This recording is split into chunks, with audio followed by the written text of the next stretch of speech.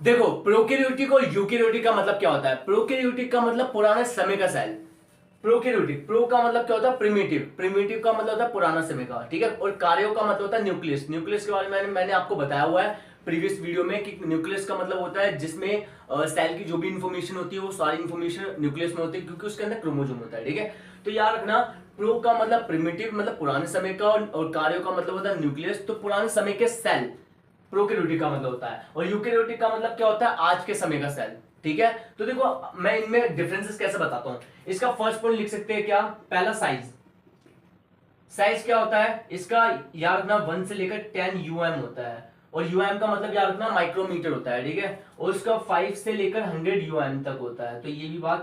Second point जो हमारा है वो है हमारा, हमेशा ये बात याद रखना कि प्रोकैरियोटिक में ना न्यूक्लियस नहीं होता, ये बात याद रखना। आज के समय में न्यूक्लियस होता है, लेकिन प्रोकैरियोटिक पुराने समय के सेल में न्यूक्लियस नहीं होता था। तो होता क्या था सर, वो बताओ। देखो, इसमें होता था कि nucleus is not well defined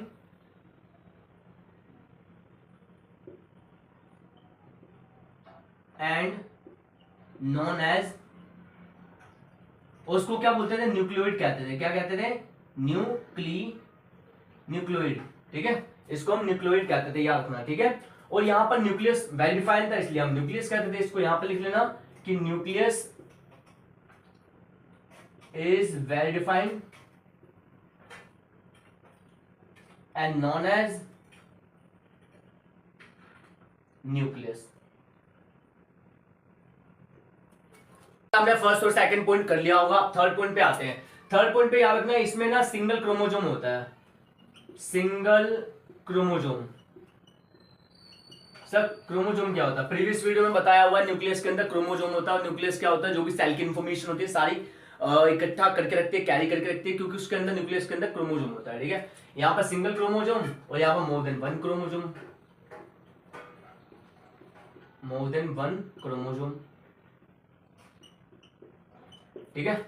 और फोर्थ नंबर क्या है, फोर्थ पॉइंट लिख लो कि यहाँ पर सेल ऑर्गेनेल्स एब्सेंट होता है,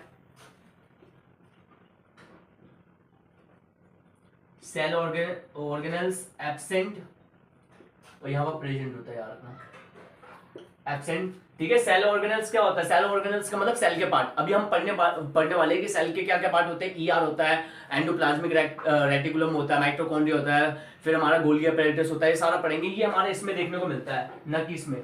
इसमें एब्सेंट होता है, इसमें प्रेजेंट होता है, ये बात याद रखना। 4 पॉइंट कर लो।